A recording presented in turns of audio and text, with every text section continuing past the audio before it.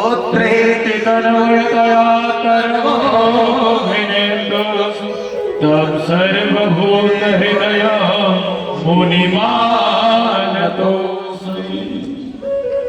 जैसे पूजा हुआ, सुखदेव जी महाराज सब कुछ छोड़ करके वन की ओर चल दिए। महाराज कथा का प्रसंग बहुत अच्छा, जरा ध्यान देना। सुखदेव जी महाराज चल दिए। रास्ते में एक सरोवर पड़ता है, वहां कुछ स्त्रियां निवस्त्र होकर के स्नान कर रही थी। ओ मेरे भाई लाल चुन्नी वाली बहन, हाँ हाँ हाँ हाँ बता ध्यान दो। कुछ स्त्रियां सरोवर में नर में स्नान कर रही थी। सुखदेव जी महाराज ने स्नान करती रही, पीछे से आवाज लगा रहे हैं। कौन?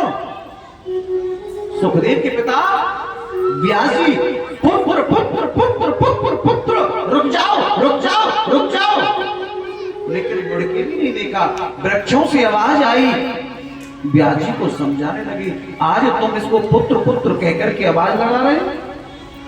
व्यास जी, हो सकता है कि अगले जन्म में ये तुम्हारा पिता हो, तुम इसके पुत्र हो, लौट जाओ। लेकिन नहीं, चलती रही और उसी सरोवर पर पहुंच गए। कहां? जहां कुछ स्त्रियां स्नान कर रही थी। जैसे व्यास जी को आते देखा, स्त्रियों ने आकर के सरोवर से निकली और अपने वस्त्र पहने। व्यास जी कहने लगे स्त्रियों से, ए बेटियों, मैं तो तुम्हारे बाबा और पिता की समान हूं, तो मुझे देखकर के लज्जित होकर के वस्त्र कपड़े पहन रही हो, और मेरा यहाँ से एक जवान पुत्र निकल के गया, क्या तुमको उससे लज्जा नहीं आई? कितनी ज्ञान कथा सुन के जान, लज्जा नहीं आई? स्त्रियों ने कितना सुंदर जवाब दिया। व्यास जी, आप में और आपके पुत्र सुखदेव में एक यही तो अंतर है कि तुम अपने आप को बुढ़ा मान रहे हो और अपने पुत्र को जवान मान रहे हो। तुम्हारे पुत्र सुखदेव का तो ऐसा भी वैराग्य है, उसको तो ये नहीं मालूम कि हम स्त्री और वो पुरुष है। हम स्त्री हैं और वो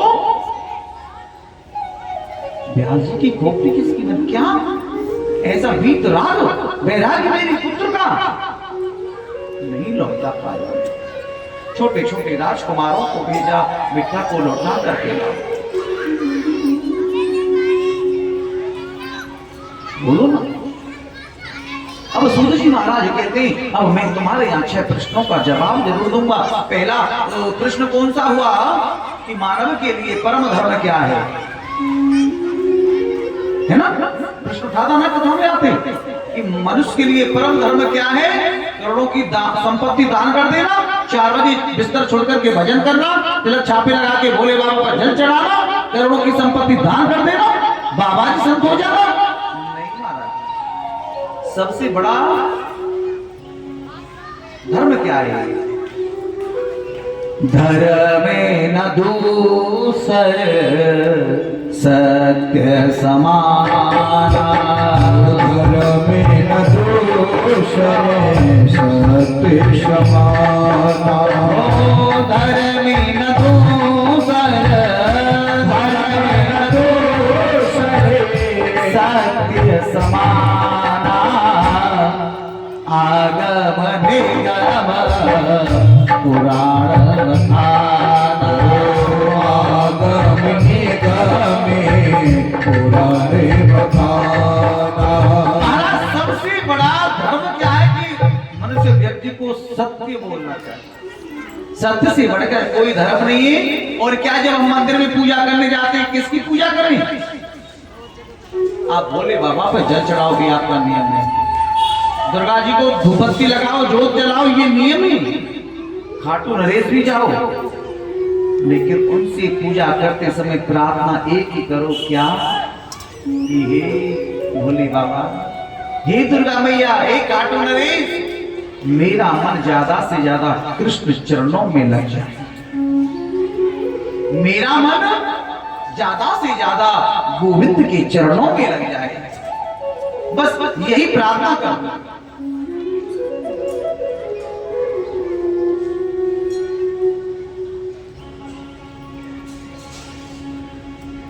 आज तीसरा प्रश्न कौन सा था कि भगवान का अजन्म है तो फिर जन्म कैसे लिया? कहने लगे राजन,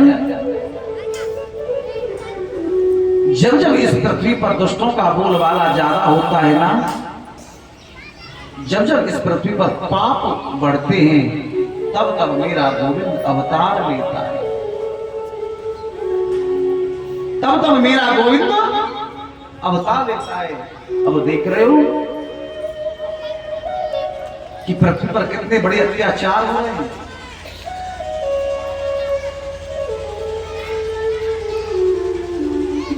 कितने बड़े अत्याचार हो रहे हैं।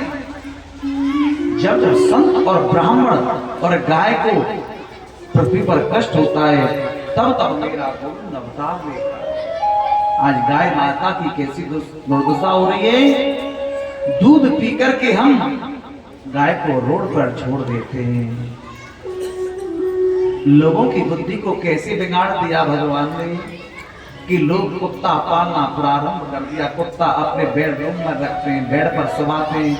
सच्ची बताऊं, मैंने ऐसे ऐसे लोग देखे कुत्ता के मुंह पर मुंह रखते हैं। क्या होगा तुम्हारा?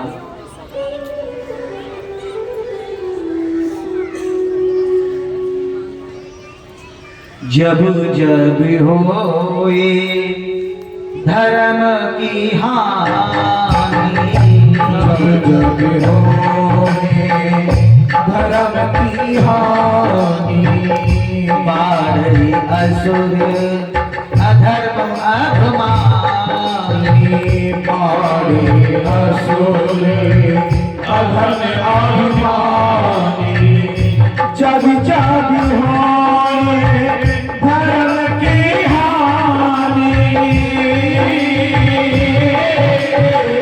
पारे असुर अधर्म अभिमानी। राम सिया राम जय जय राम, राम सिया राम जय जय राम।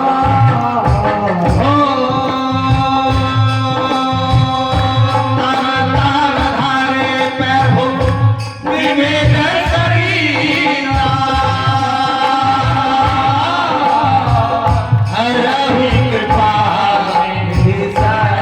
जन पीरा। राम सिया राम जय जय राम, राम सिया राम जय जय राम। राजा, जब जब इस पृथ्वी पर दुष्टों का बोलबाला ज्यादा होता है, तब तब मेरा गोविंद अवतार लेकर के आता है। विप्रधेन सुर संत हित लील मनुज अवतार। विप्र माने ब्राह्मण, धेनु माने गाय, सुर माने देवता, संत माने महात्मा। जब जब इनको कष्ट दिया जाता है, तब तब मेरा गोविंद अवतार लेकर के आता है। अब मैं आप कहने लगे महाराज, भगवान के अवतार कितने हैं?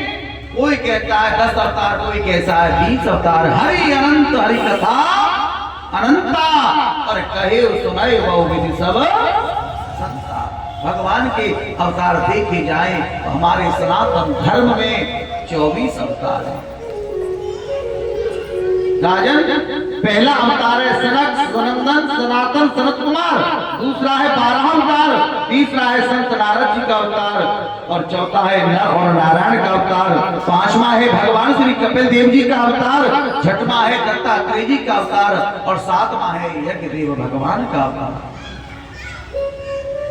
आठवां है ऋषभ देव जी का अवतार, नौवां है पृथ्वी जी का अवतार, 10वां है मत्स्य अवतार, और 11 माह कच्छप अवतार, और 12 माह धन्वंतरी अवतार, और 13 माह मोहिनी अवतार, 14 माह नरसिंह भगवान का अवतार, 15 माह वामन भगवान का अवतार, और 16 माह श्री परशुराम जी का अवतार, 17 माह महेश वेद व्यास जी का अवतार, 18 माह आदरणीय श्री प्रभु राघवेंद्र राम जी का अवतार, 19 माह श्री राम जी का अवतार, 20वां है मेरे कन्हैया का अवतार, 21वां है हरि अवतार और 22वां है हंस अवतार, 23वां है बुद्ध अवतार और 24वां अभी हुआ नहीं है, वो होने वाला है। लेकिन कब हो जाए ये मैं भी नहीं कह सकता। क्यों होगा? इसलिए होगा इस पृथ्वी पर पापी लोग बहुत बढ़ रहे हैं। एक बात बोलूं, दशहरा पर तुम रावण भुगता देखने जाते हो ना, है ना? जाते तो नहीं जाते, सच क्यों जाते? मेला तो बहुत लगता है। बोलो नहीं जाते? बोलो ना है? अरे एक बात बताओ, वो रावण मां जानकी जी को ले गया, लेकिन उसे नजर उठा के नहीं देखी। उसे तो तुम हर साल फूकते हो। अरे लेकिन सुनो ना, जो घर घर में रावण पैदा हो रहे, इनको फूको। जो 5-5 साल की कन्याओं को, बेटियों को, बच्चियों को नहीं बकस रही, इनको फूको। कितने रावण फूक जाएंगे? इन रावणों को फूको। इसलिए मेरा गोविंद अवतार लेगा किस रूप में? कल्कि के रूप में। काले घोड़े पर सवार होकर के आएंगे, हाथ में तलवार लेकर के आएंगे और दुष्टों का संहार करते हुए, दुष्टों का नाश करते हुए। बोलिए कल्कि भगवान जय। मैंने कल नाम धरे था, रखा था क्या? आज उन्होंने स्थान चेंज कर लिया, लेकिन मेरी आंख चेंज थोड़ी की है।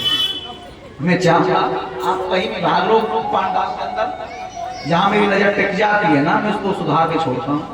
कथा के मध्य में आप बात ना करें तो अच्छा रहेगा, ठीक है? आप जिनसे कह रहा हूँ वो समझ रहे हैं, लेकिन मैं उनकी तरफ शकल भी नहीं कर रहा हूँ। क्यों? ज्यादा बेइज्जती ना हो ना, ये अच्छे है। जब से आए कथा में तभी से बात चल रही है, कथा पर ध्यान तो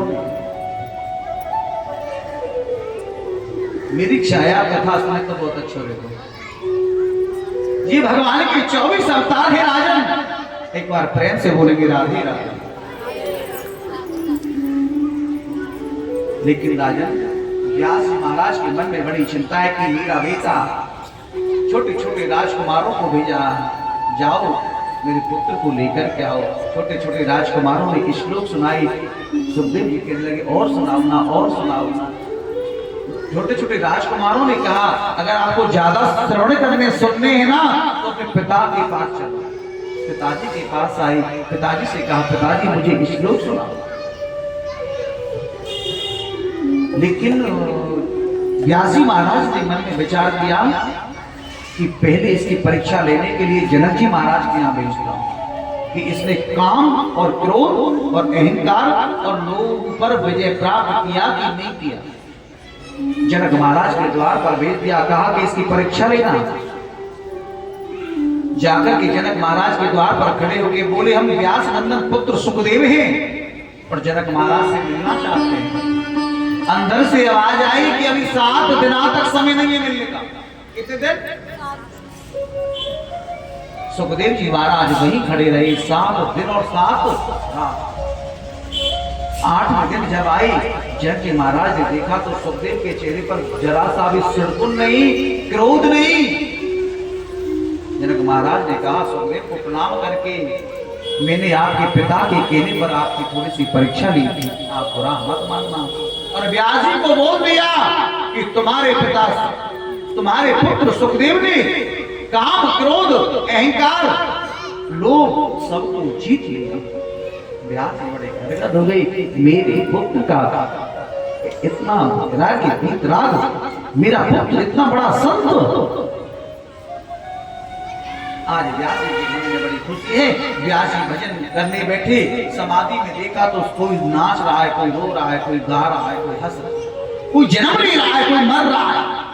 व्यास जी के मन में बड़ी चिंतित हुई। जब व्यास जी मन में चिंतित हुए तो व्यास जी ने एक वेद के 4 भाग कर दिए। 3 भाग किए तो 4 भाग हो गए। ऋग्वेद, यजुर्वेद, सामवेद और अथर्ववेद की जनता का कल्याण हो गया। लेकिन वेदों की भाषा समझ में नहीं आई। व्यास जी बड़े चिंतित थे। व्यास जी बड़े चिंतित थे। मन में दुखी, क्या करूं कुछ समझ में नहीं आता। लेकिन भ्रमण करते करते भ्रमण करते करते करते व्यास जी का मिलना हुआ किसे? संत नारद जी से।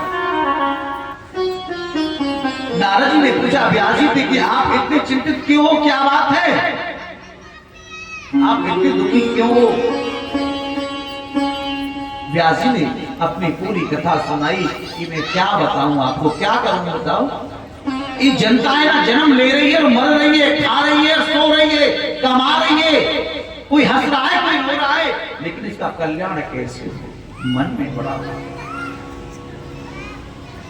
नारद जी कहने लगे कि बात बोलूं? व्यास जी ने कहा बोलो क्या? द्वार की मुझे अपने बचपन की कथा याद आ गई। एक बात बताओ व्यास जी कि ये गुरु कृपा बड़ी होती है, भगवान की कृपा बड़ी होती है? बोलो ना। ये गुरु कृपा बड़ी होती है, भगवान की कृपा बड़ी होती है? कौन सी कृपा? हाथ मांग के बैठिए, कौन सी कृपा बड़ी होगी? ज्ञान में पूछ ले और फिर सोच समझ लेना कौन सी कृपा बड़ी होती है? नारद जी ने कहा सुनो, मैं पहले एक दासी का पुत्र था और मेरा नाम था रामदास। उस संत आए थे हरिद्वार से चतुर्मास बिताने के लिए।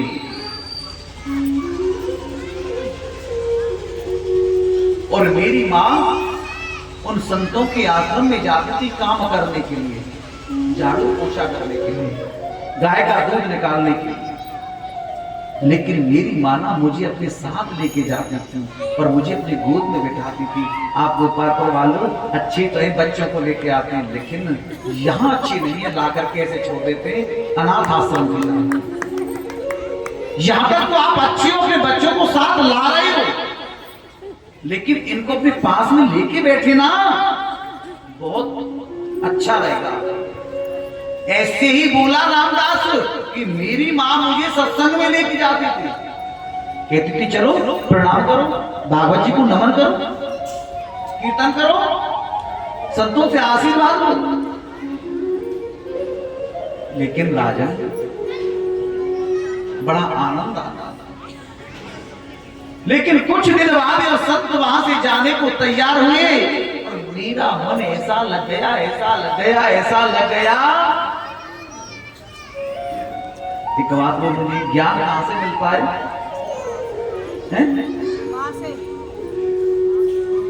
कहां से ज्ञान मिलता है? सत्संग से। कहां से? सत्संग से। और सत्संग कब मिलता है? भगवान की कृपा से। अगर भगवान की कृपा हमारे ऊपर नहीं है ना, सच्ची बताऊं तो सामने वाले भी कथा पांडाव में नहीं आ रहे होते। हाँ। अरे बाकी बिहारी जाने का इरादा कितना लोग किया करते हैं साहब?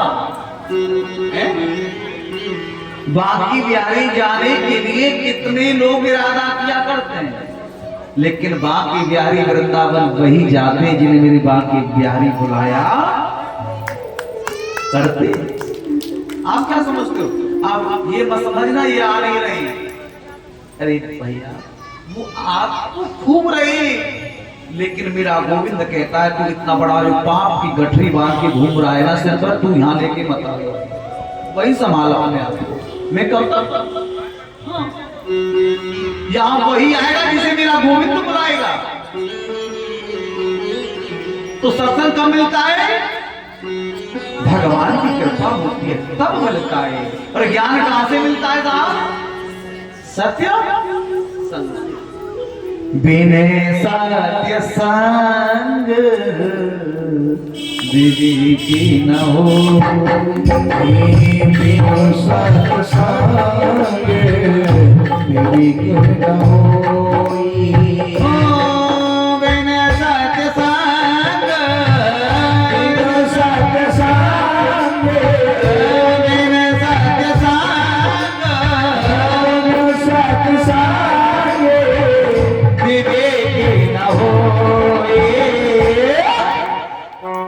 राम कृपा न सोई। राम कृपा बिन सुलभी न सोई। राम कृपा बिन सुलभे न सोई। राम कृपा बिन सुलभी न सोई। राम सिया राम सिया राम सिया राम। राम सिया राम सिया राम सिया राम। राम सिया राम जय जय राम। राम सिया राम सिया राम जय जय राम। राम सिया राम जय जय राम। राम सिया राम जय राम जय जय राम। बिना सत्संग के ज्ञान नहीं मिलता। सत्संग कब मिलता है? जब भगवान की कृपा होती है भैया। आज जब जाने लगे वहां से संत, तो रामदास कहने लगा संतों से, बाबा मैंने सुना है कि आप अब चले जाओगे।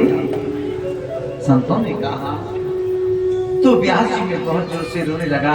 मैंने कहा, बाबा आप हमको अपने साथ में लेके चलो ना। बिरह दिखा, बाबा मुझे अपने साथ में आप लेके चलो।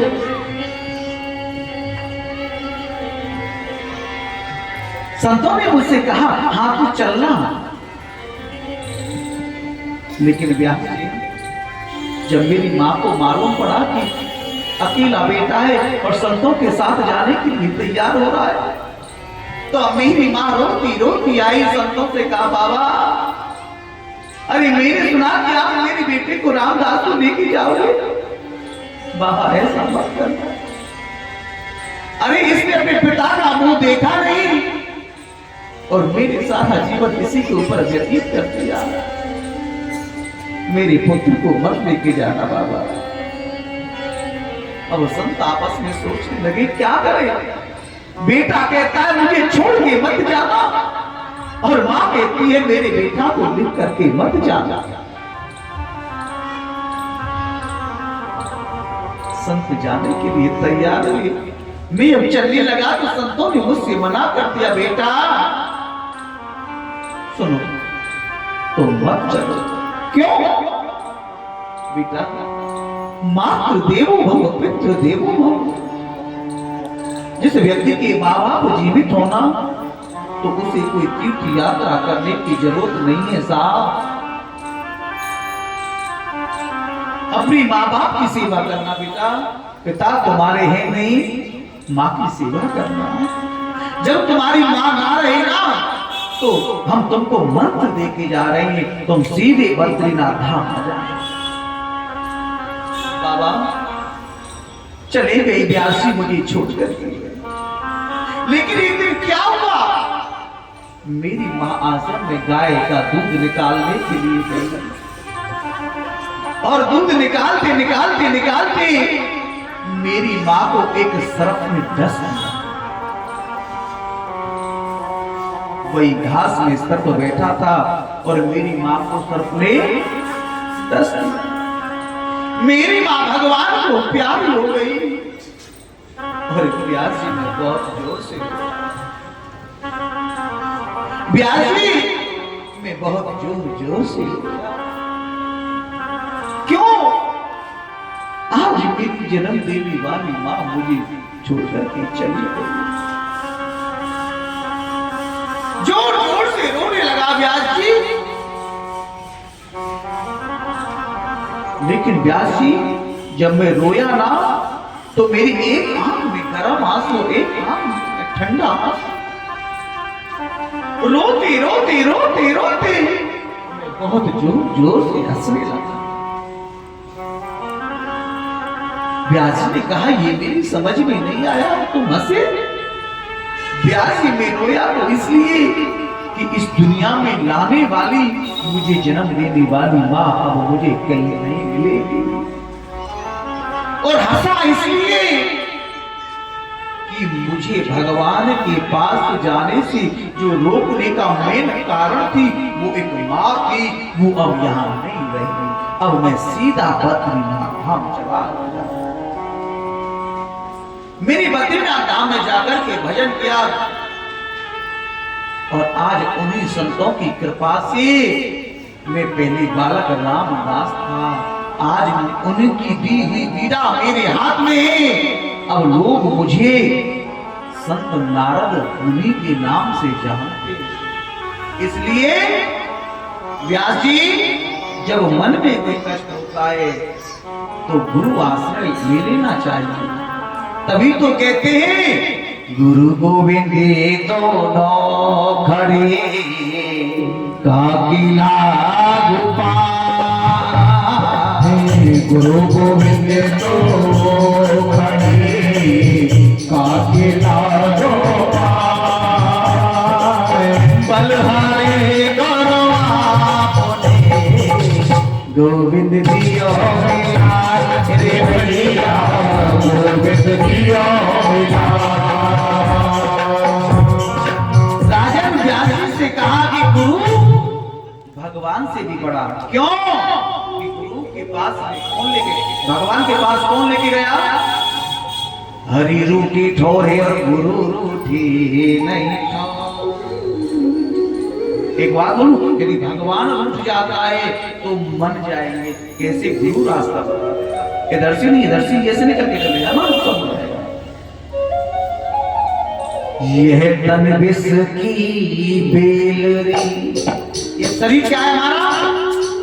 एक बात बोलूं, मरने के 5 घंटे बाद बदबू बाहर नहीं आता कोई सा, मरने के बाद में अंदर नहीं ले जाते, रोड बगीच पे अंदर नहीं।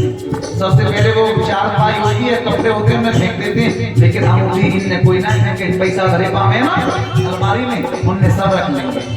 जो सोने की चीज वस्तु रखी पाएंगी ना कान में भी सब निकाल लेंगे, लेकिन फेंकेंगे कहाँ है? जो तुम्हारी चुटनी है, कपड़ा है, इनने फेंक देना, ये कोई काम नहीं। तन कैसा है? बड़ी बदबू है साहब। जब तक सांस है ना इसमें तब तक अच्छा लग रहा है। यह तन विष की बेलरी गुरु अमृत की धार, यह तन विष की बेलरी गुरु अमृत की धार, यह तन विष की बेलरी गुरु अमृत की धार, तन विष की बेलरी गुरु अमृत की धार,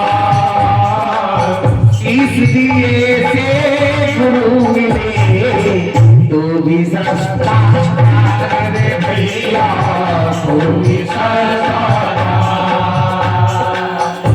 इस दिए से गुरु मिले तो भी सस्ता जाए रे भैया तो भी सस्ता जाए। अगर आपको अच्छा गुरु मिल जाए, अगर गर्दन कटा दे तो भी कोई दिक्कत नहीं, लेकिन गुरु कौन होना चाहिए जो आपको लगता हो भक्त से पार कर दे? ऐसा नहीं, ऐसा गुरु खींचे अपनी तरफ और चेला खींचे अपनी तरफ है? ऐसा नहीं, कैसा ये भी बता दूं तुम कैसा? लोभी गुरु लाल की चेला, लोभी गुरु लाल की चेला, लोभी है गुरु लाल की चेला, लोभी गुरु लाल की चेला, दोनों नरक में नीलम पीला, दोनों नरक में नीलम पीला। अगर गुरु लोभी है, अगर सोचे कि विद्वान से सभी पटकाइए ले जाऊं, तो इसकी अंगूठी उतार लूं, तो इसकी गाड़ी ले लूं, वो गुरु कभू कल्याण नहीं करेगा। और चेला के अंदर लालच है, कैसा लालच? गुरु कहे तू ऐसा कर ले, वो सोचे इसकी उसी काम को करूंगा 10 रुपए में फायदा होगा। समझ रहे हो? नहीं, गुरु के अंदर लोभ नहीं और शिष्य के अंदर लालच बिल्कुल नहीं। और गुरु को कभी मांगना नहीं चाहिए, ये भी आ गया।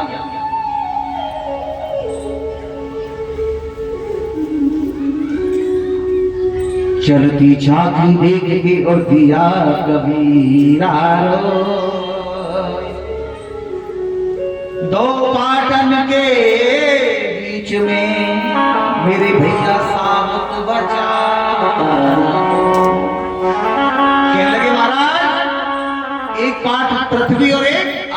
चाची का, और इसके बीच में जिसने जन्म लिया है उसकी मृत्यु अटल है। लेकिन यहाँ एक संत ने बहुत अच्छा भाव कहा, समझने वाली बात है। कौन सा भाव? कि दो पाटन के बीच में साबुत बचाना बोलो ना, लेकिन बच गई। कैसे बच गई?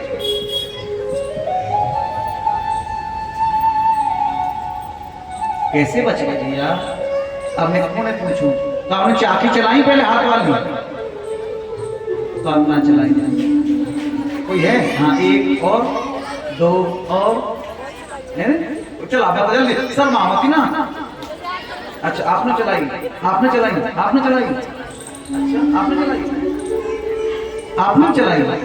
सुनो, उसमें एक चीज होती है क्या, जो चाकी चलाते कीलामानी होती है ना, उस कीलामानी के बीच में दाना आ जाता है तो वो बच जाता है, और जो पाटा के बीच में होता है वो पिस जाता है। मरना तो भी कथा सुन रहे और सुना रहे, मैं भी मरूंगा, तो ये मत सोचना मैं मरूंगा। मरना तो सबको है, लेकिन मरने के भी तो तरीका है साहब। जो कृष्ण का नाम लेकर मर जाएंगे, अमर नाम दुनिया में कर जाएंगे। जो कृष्ण का नाम लेकर मर जाएंगे। एक बात बताओ साहब, जो मदरा पान करते करते, बुरी कर्म करते करते मरे तो क्या बनेगा? प्रेत बनेगा। और जो भजन करता करता, कीर्तन करता करता मरेगा तो मेरे गोविंद के पास जाएगा। तो मरने के भाव अलग हुए ना। व्यास जी कहने लगे, क्या बात है? व्यास जी ने कहा, ठीक है महाराज, अब मेरा मैं आपको बड़ी सुंदर कथा में लेके चलूंगा। कहां? बड़ी सूक्ष्म रूप में कथा आती है महाभारत की, लेकिन मेरा मन बीच में कोई बोलेगा नहीं, खड़ा नहीं होगा। 2 मिनट के लिए संकीर्तन करते हुए चलते हैं महाभारत की कथा की ओर। श्रीमन राधे गोविंदा, हर मन भजले हर का प्यारा नाम है। श्री राधे गोविंदा, मन भजले हर का प्यारा नाम है। गोपाला हर का प्यारा नाम है, नंदलाला हर का प्यारा नाम है। श्री राधे गोविंदा, मन भजले हर का प्यारा नाम है। श्री राधे गोविंदा, मन भजले हर का प्यारा नाम है।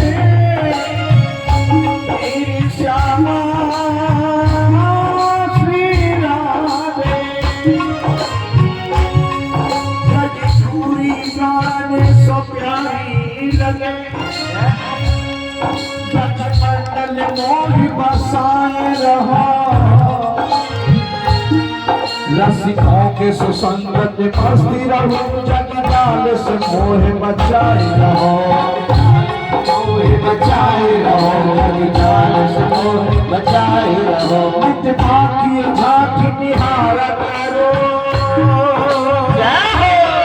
मितवा की झांकी निहार करो, पद पंकज में पखारा करो। ये है आओ बाकी बिहार यही बिनती, मेरे नैनों से नैना मिलाए रहो, मेरे नैना से नैना मिलाए रहो, मेरे मिलाए रहो। गोपाला हर का प्यारा नाम है, नंदलाला हर का प्यारा नाम है। श्री राधे गोविंदा हर का प्यारा नाम है, राधे गोविंदा मन बदले हर का प्यारा नाम है, राधे गोविंदा मन बदले हर का प्यारा नाम है। मैं आपको लेके चलूंगा कहाँ? महाभारत। बड़ी सुंदर कथा है। राजा महाभारत की कथा में तो बोलेगा नहीं, मैं बार बार यही बोल रहा हूं। महाभारत सुनो, मैं दो चार के नाम में जानूंगा, मैं माया का नाम लूंगा, गोपाल को सब सुनेगा तुम्हारा, क्योंकि कथा में किसका नाम किया जा रहा है, जो बात कर रहे हैं ना, मैं जानू जिनके नाम है, दो चार शहर के आगे। हाँ बस दुबकने से काम नहीं चलेगा, बात मत। महाभारत बड़ा सुंदर प्रसंग है राजा। जो धर्म की ओर है वो है युधिष्ठिर जी महाराज, और अधर्म की ओर है वो है दुर्योधन। देश का वाले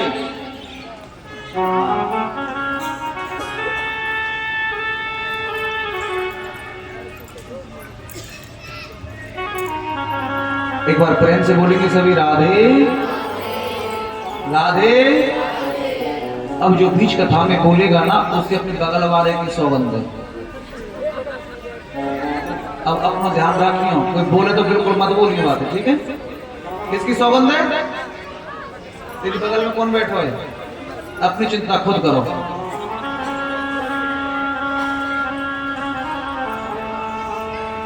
जो धर्म की ओर है वो है युधिष्ठिर जी महाराज, और जो अधर्म की ओर है वो है दुर्योधन। राजा एक कलयुग में ना धर्म अकेला पड़ जाता है, अधर्म के साथ ही बहुत हो जाते हैं, और यहां दुर्योधन नहीं चाहता कभी पांडवों का भला। एक दिन की बात है, वो ही पांचाली द्रौपदी अपने शीश महलों में रजस्वाला से निवृत्त होकर के अपने केसों को सुखा रही थी, तो उसी समय वहां धूप बहुत तेज कप रही थी, तो दुर्योधन जाता है। तो दुर्योधन ने पानी समझ करके शीश महल में छलांग लगाई, तो पैर फिसला और वो गिर गया, और उसे द्रौपदी ने देख लिया। जल्दी जल्दी खड़ा भी हुआ, लेकिन द्रौपदी ने देख लिया, यहां द्रौपदी ने व्यंग बाण मार दिए। किसको? दुर्योधन। द्रौपदी कहने लगी, अरे वास्तव में किसी ने सही कहा है। ताली पीट पीट करके हंसने लगी। अरे इस बहना देखो ना, किसी ने सच कहा है कि अंधस्य पुत्र अंधस्य, मतलब अंधों की तो अंधी पैदा हुआ। अगर कोई हम तक बोले तो ठीक है, यदि हमारे बाप तक कोई कहे तो सहन कर पाएंगे। अगर तुमसे तुम्हारी सास ससुर कह रहे कि तेरे पियर है तो तेरी मैया ऐसी है, तेरी मैया तेरे बाप ने दिया ही कहा है, तो क्या कहती है बाप तक मत पहुंचना, बस यही सीमित है। तो वही बात दुर्योधन सहन नहीं कर पाया, वहां से आ गया महाराज। जैसे आया पूरी सभा में बिल्कुल उदास रहता है। दुर्योधन के मामा आए या कौन? शकुनी। शकुनी ने पूछा दुर्योधन से, दुर्योधन आजकल क्या बात है, मैं तुमको बहुत उदास देख रहा हूं, आप बहुत उदास रहते हो, क्या बात है? दुर्योधन ने कहा मामा जी वैसे तो कोई खास बात नहीं, लेकिन एक दिन की बात है, मैं द्रौपदी के महलों में गया और मैं गलती से मेरा पैर फिसल गया और मैं गिर गया। द्रौपदी मुझे देख करके जोर जोर से हंसने लगी और ताली बजाने लगी, और चलो यहां तक तो ठीक है, लेकिन उसने मुझे व्यंग बाण मारे, मुझे कहा कि अंधस्य पुत्र अंधस्यम। मुझे वो बात ना अंदर से बहुत खाती है। मैंने कहा था ना कभी ससुराल वालों की सलाह मत लेना अगर कोई कार्य हो। जो शकुनी उसका मामा है और धृष्टराज का साला है साहब। अब महाभारत यहीं से प्रारंभ हो, वो ही कराएगा। जिस घर में ससुराल वालों की चलने लग गई ना, बर्बाद।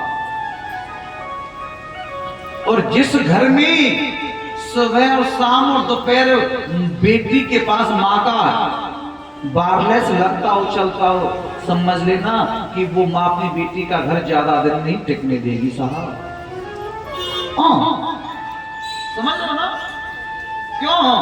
खाली बेटी फोन घुमा जाती है, क्या कर रही है बेटी, कहे के लिए रोटी बना रही है।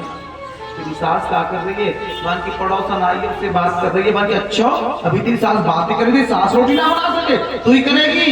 ऐसे ऐसे कान भर दिए जाएंगे।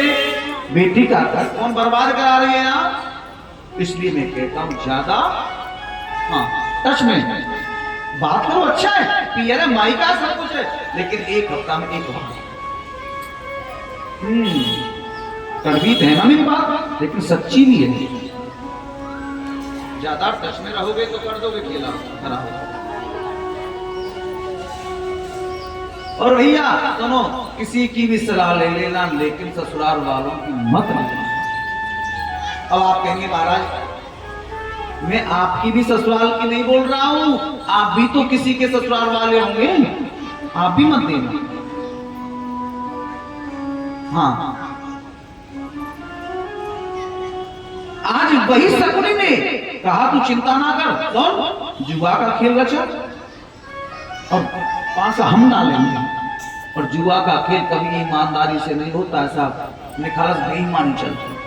लेकिन एक अच्छी आदत है उसमें क्या कि यदि किसी को उससे कहना है ना लेना है तो वहां पहले हारते हैं और उसको जिताते हैं। आज महाभारत में जुआ का खेल प्रारंभ किया, पासा डाल रहे हैं कौन? मामा शकुनी। पहला पासा डाला, पांडवों को जिता दिया। दोबारा पासा डाला, पांडवों को हराना प्रारंभ, राजवाट सब हारने लगे। फिर पासा डाला, युधिष्ठिर जी महाराज अपने भाइयों को हार गए। फिर पासा डाला, अपने आप को दांव पे लगाया, अपने आप को हार गई। फिर पासा। युधिष्ठिर जी बोले अब मेरे पास में कोई भी वस्तु नहीं है, मैं क्या करूं?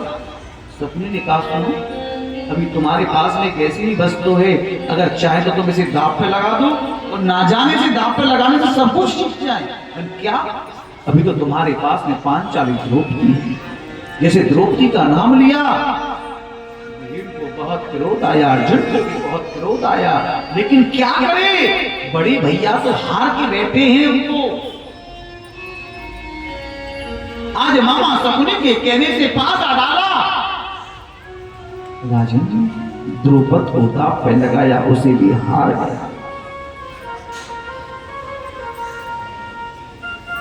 उसको भी हार गए। पांडवों की गर्दन नीचे को झुक गई। दुर्योधन ने दुशासन से कहा, देख क्या रहे हो, जाओ और जाकर के ना पांचाली द्रौपद को यहाँ लेकर के आओ और पूरी सभा के अंतर्गत उसे नग्न करके हमारी जंघा पर बैठाओ। आज वही दुशासन जो द्रौपदी को बड़ी भाभी मां कहकर के बोला करता था, और वही दुशासन जाता है, आवाज लगाता है, ए द्रौपदी। द्रौपदी ने सोचा कि ये तो मेरी दुशासन की आवाज है जो बड़ी भाभी मां कहकर के बोला करता, आज इसको हो क्या गया।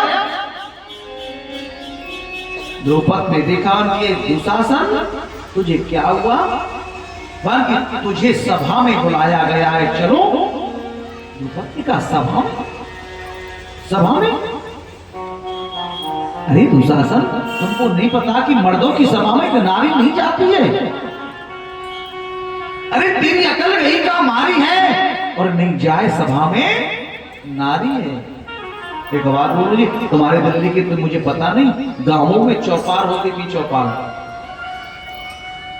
और जहां मर्दों की पंचायत, पुरुषों की पंचायत हुआ करती थी ना, वहां औरत नहीं जाया करती थी।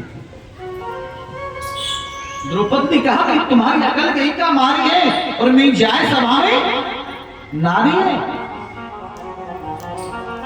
दुशासन ने कहा, मुझे ये बताओ तुम चलोगी कि नहीं चलोगी? अगर प्रेम से चलती हो तो ठीक है, नहीं फिर आपको मेरी मालूम है। आज दुशासन ने द्रौपदी के केसों को पकड़ लिया और केसों को पकड़ करके घसीटता हुआ सभा में लाया। पूरी गुरु द्रोणाचार्य भीष्म पितामह धृतराष्ट्र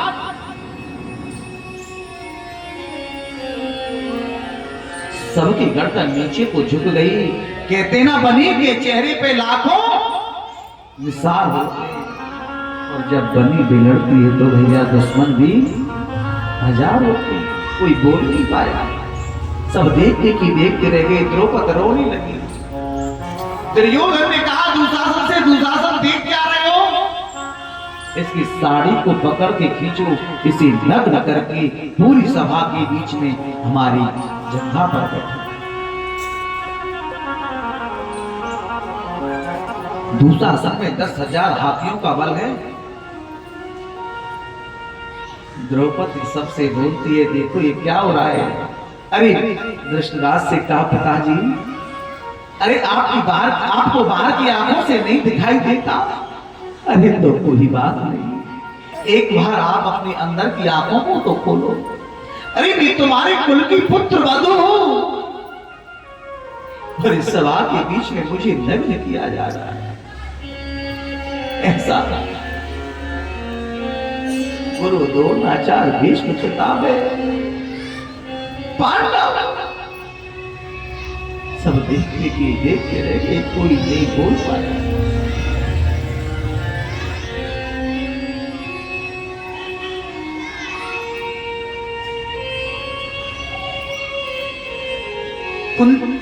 द्रौपदी ने कहा, पिताजी समय समय को याद कर और समय समय की बात, और काहू समय को दिन बढ़ो और तो काहू समय की रात। आज मालूम है कोई नहीं देख रहा। दुशासन साड़ी को खींचने लगा, साड़ी का ढेर लग गया, दुशासन के पसीना छूट गए। लेकिन साड़ी का जब ढेर लगा तो लोग देखे, क्या बैठे देख रहे हैं कि समझ में नहीं आया इस साड़ी की नारी है कि नारी ही की साड़ी है। साड़ी पीछ नारी है कि नारी पीछ साड़ी है, कि साड़ी ही की नारी है कि नारी ही की साड़ी है। द्रौपदी ने दोनों हाथ ऊपर को किए और मेरे गोविंद को याद किया। हे गोपाल, बिन काज आज महाराज लाज गई मेरी रे, और तुम्हारो द्वारिका नाथ शरण में तेरी रे। अब भयो धर्म को नाश पाप रह छाई रे, और ये कर पक्र तुम्हेरो चीर लाज ना आई रे। ये कर पक्र तुम्हेरो चीर लाज ना आई। दुशासन वंश कठोर महादुखदाई रे,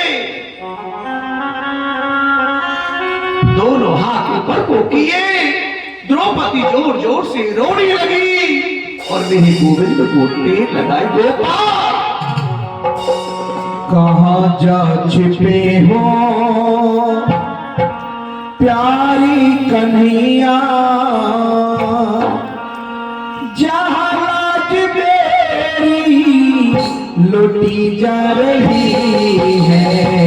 कहाँ जा छिपे हो प्यारे कन्हैया, यहाँ राज बेरी लुटी जा रही है। दुशासन के हाथों तुम्हारी बहन की, दुशासन के हाथों तुम्हारी बहन की सभा बीच सारी खींची जा रही है। कहाँ जा चुके हो प्यारे कन्हैया, जहाँ राज बेरी जा रही है।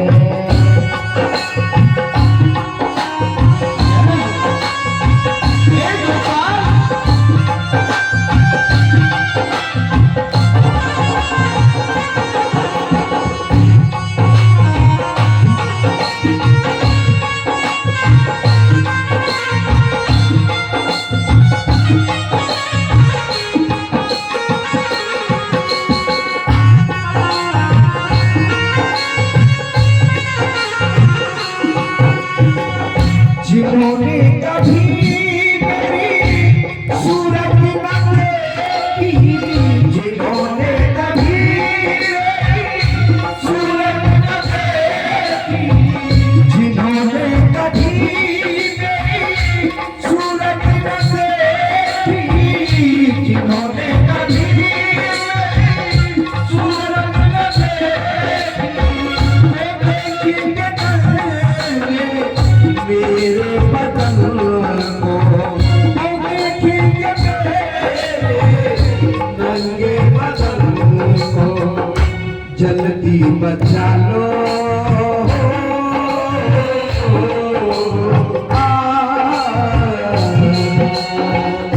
जल्दी बचा लो आके मुरारी, जल्दी बचा लो आके सभा बीच सारी ये जी जा रही है। कहाँ जा चुके हो प्यारे कन्हैया, कहाँ जा चुके हो प्यारे कन्हैया, यहाँ राज बेरी लुटी जा रही है।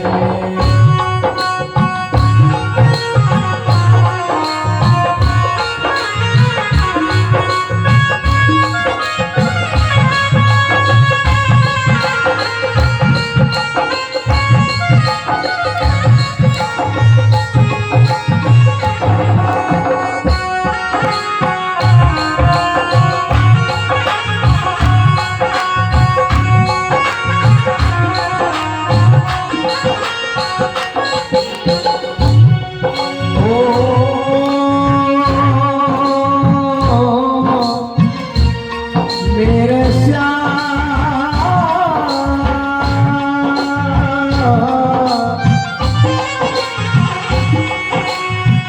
सुनी तेरे भागे बने जग को बिंदी, सुनी तेरे भागे बने जग को बिंदी, उन्हें याद आई अपने बच्चों की, उन्हें याद आई अपने बच्चों की, ना पीर तेरी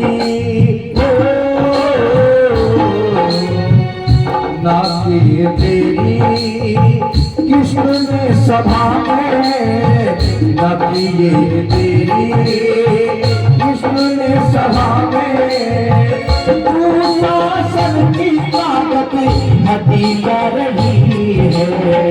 कहाँ जा चुके हो प्यारे कन्हैया, कहाँ जा चुके हो प्यारे कन्हैया,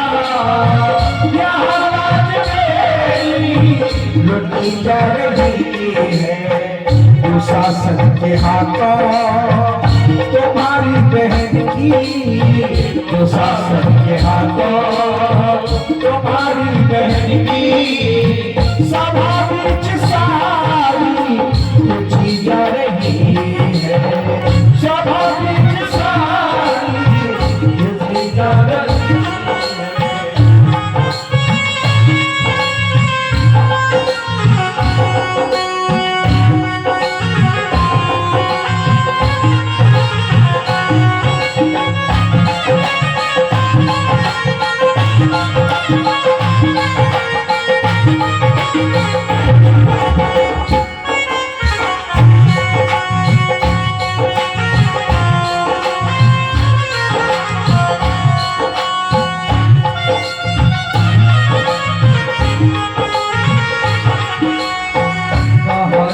छुपे हो प्यारी कन्हैया, कहाँ जा छुपे हो प्यारे कन्हैया, या बात मेरी लुटी जा रही है। आज द्रौपदी ने दोनों हाथ करके तीर लगाई मेरे गोविंद को और कहे गोपाल द्वारका के राजा। उसी समय मेरे गोविंद भोजन कर रहे थे, कहा द्वारका के राजा। बड़े प्रेम से प्यार से भगवान क्या बोलते थे, क्या नाम था, क्या नाम रखते थे, कृष्णा। वाह, तूने मुझे याद भी किया तो क्या बोला, द्वारका के राजा। मुझे द्वारका जाना पड़ेगा जब तेरी रक्षा करूं। तूने याद भी किया तो ढंग से नहीं। मेरे गोविंद ने चीर बढ़ाना प्रारंभ किया। दुर्दासन साड़ी खींच रहा है, साड़ी का ढेर लग गया महाराज। लोग देख रहे, आंखों को करने लगे, क्या हुआ कुछ समझ नहीं आ रहा है कि साड़ी की नारी है कि नारी ही की साड़ी है कि साड़ी ही की नारी है कि द्रौपदी की साड़ी तो नहीं बन गई कि साड़ी की ही द्रौपदी थी। कुछ समझ तो आए। मेरे गोविंद पहुंचे, द्रौपदी की आंखों में आंसू। भगवान से द्रौपदी कहने लगी, तूने मेरी अब जाके रक्षा की, लेकिन गोविंद ने कहा द्रौपदी, कृष्णा एक बात बता, तूने मुझे याद कब किया, जब तेरे सारे मार्ग रास्ते बंद हो गए तब? तूने मुझे तब बुलाया जब इस दुनिया में तेरा साथी कोई नहीं रहा। लेकिन यहाँ बड़ी विचित्र बात है परीक्षित। सूत जी महाराज कहते हैं, एक बात बताओ, यहाँ भगवान ने द्रौपदी का चीर बढ़ाया क्यों? मेरे गोविंद ने जब चक्र सुदर्शन अपनी उंगली पर धारण किए थे ना, उस समय मेरे गोविंद की उंगली थोड़ी सी चढ़ गई थी, तो उसमें से रक्त आना प्रारंभ हुआ। तुम्हारी तरह सारी सभा बैठी, लेकिन किसी को दया नहीं आई और द्रौपदी खड़ी हुई, तुरंत अपनी साड़ी का पल्लू फाड़ा और मेरे गोविंद की उंगली में क्या गोविंद की उंगली में। मेरे गोविंद ने कहा, द्रौपदी कृष्णा चिंता ना कर, जो मुझे देता है मैं रखता किसी का नहीं है। समय आने पर तेरे तागे तागे का हिसाब कर दूंगा। समय आने पर तेरे तागे तागे का हिसाब करूंगा। और आज वही समय आया। बोलो एक बात, मैं गोपाल करवा लो, आपसे बात पूछ लूं। बोलो ना, पूछ लो। गुस्सा तो ना करो, बोलो तुम भगवान के लिए क्या दे सकते हो, मुझे बताओ। बोलो ना, क्या दे सकते हो, क्या है तुम्हारे पास में?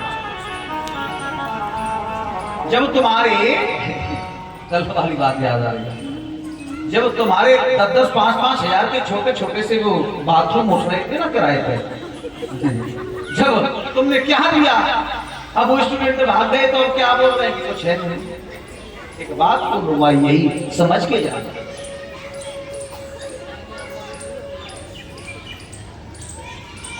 भगवान की जब नजर होती है तो व्यक्ति आपको करोड़पति बन जाता है। क्या? जब भगवान की कृपा होती है, नजर रहती है, तो क्या बन जाता है? यदि हम भगवान से थोड़ा ही विमुख हो जाएं, भगवान की नजर छोटी सी हट जाए, थोड़ी सी, तो सिर्फ वो एक अक्षर हटाएगा। कौन सा? अगला वाला। वो है कौन सा? कहाँ? आप जानते हैं, जो मकान रोड पर आ जाए तो उसकी वैल्यू कितनी हो जाती है, और इंसान रोड पे आ जाए तो खाली काई तो हट रहा है तो क्या हो गए? मेरा भगवान किसी का धन नहीं देता, समझ लेना। मैं आपसे ये नहीं कह रहा तुम यहाँ दे के जाना, बिल्कुल नहीं। लेकिन भगवान क्या कहता है? जो भी आप कुछ भी करो भाव से, बिना भाव कुछ नहीं। भगवान ने कहा है, भाव का भूखा हूं मैं, तो भाव ही एक सार है, और भाव से मुझको भजे तो भव से बेड़ा पार है। भाव से, भाव बिन सुनी पुकारे, और मैं कभी सुनता नहीं, और तेरा भक्ति भावी करती मुझे लाचार। आप घर से क्या क्या कह रहे हो? हम कथा में जा रहे हैं, और यहाँ के आप कथा थोड़ी सुन रहे हो, आप व्यथा में पढ़ रहे हो। वो उसके कान में फूंक मारता है, वो उसके कान में गुरु मंत्र दे रहा है। तो इसी भगवान नहीं मिलेंगे भैया, क्या मिलेगा? कल जो आ रहा है ना, वो मंदिर के गेट पे उतार दे, तो अच्छा राधे राधे करके घुसा करो मंदिर में, तो कल जो बाहर रह जाएगा।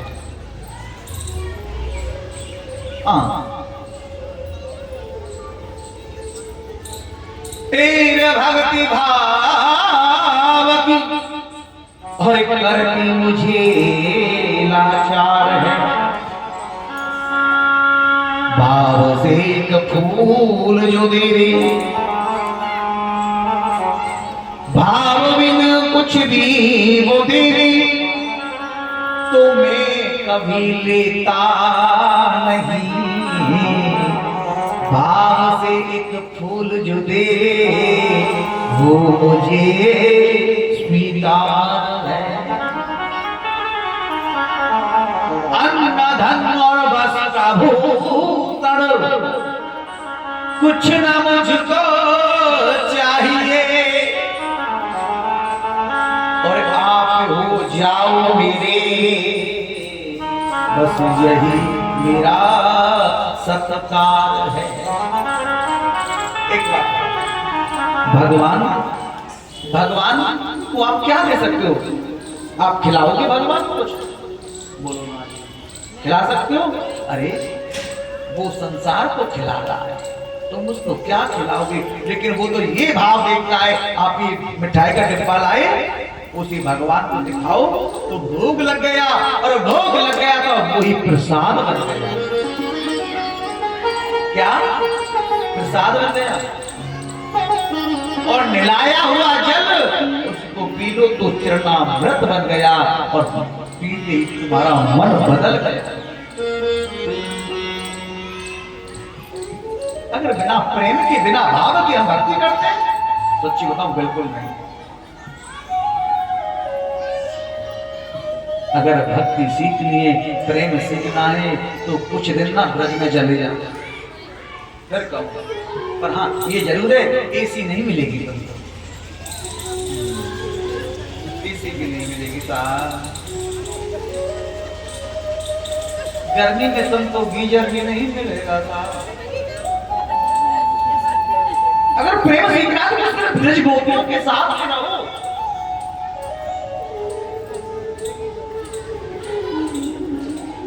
जो प्रेम गली में आया नहीं तो वो प्रेम आशा क्या जाने, और जिसने कभी प्रेम किया ही नहीं तो वो प्रेम निभाना मीठा सा चलेगा ना। और जो प्रेम गली में आया नहीं प्रीतम का ठिकाना क्या जाने। जो प्रेम गली में आया नहीं प्रीतम का ठिकाना क्या जाने। जो प्रेम गली में आया नहीं प्रीतम का ठिकाना क्या जाने। जो प्रेम गली में आया नहीं वो प्रीतम का ठिकाना क्या जाने। जिसने कभी प्रेम किया ही नहीं वो प्रेम निभाता क्या जाने। जो प्रेम गली में आया नहीं प्रीतम का ठिकाना क्या जाने।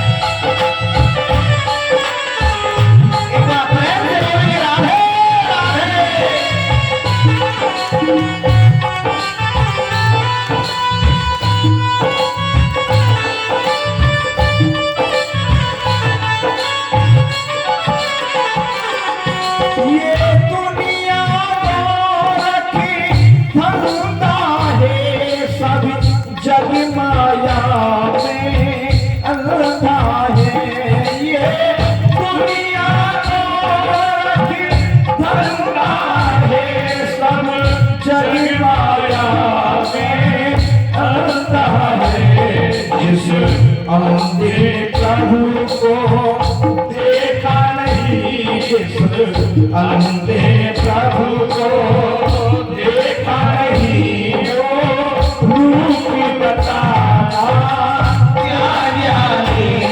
जो प्रेम गली में आए नहीं वो प्रीतम का घर क्या जाने।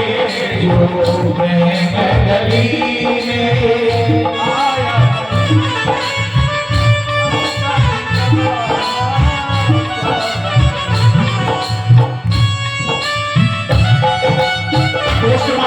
भजन पुस्तक देख सकते हो।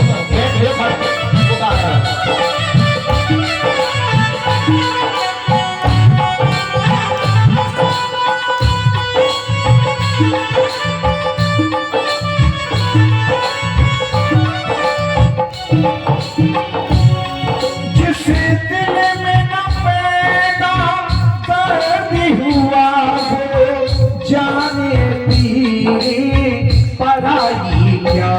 जिस दिल में दर्द पैदा हुआ वो जाने पीर पराई क्या।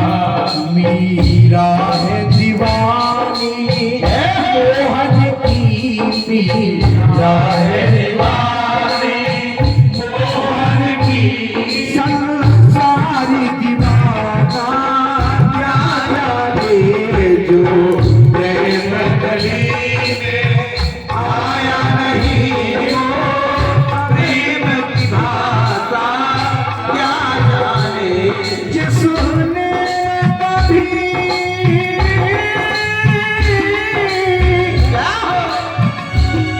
मेरे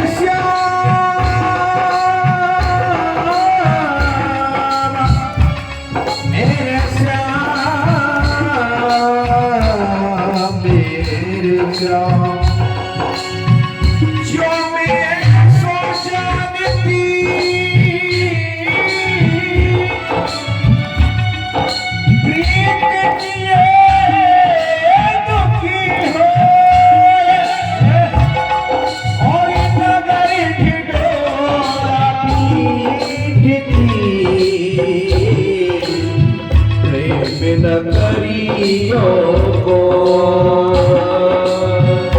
प्रीति वहाँ परिता नहीं और परिता वहाँ नहीं प्रीत। हरि प्रीत करके परिता करे वो दुश्मनी की रे भैया, वो दुश्मनी रे भैया, वो दुश्मनी। जो प्रेम गली में आया नहीं, जो प्रेम गली में आया नहीं, तुम्हें कभी का ठिकाना क्या जाने।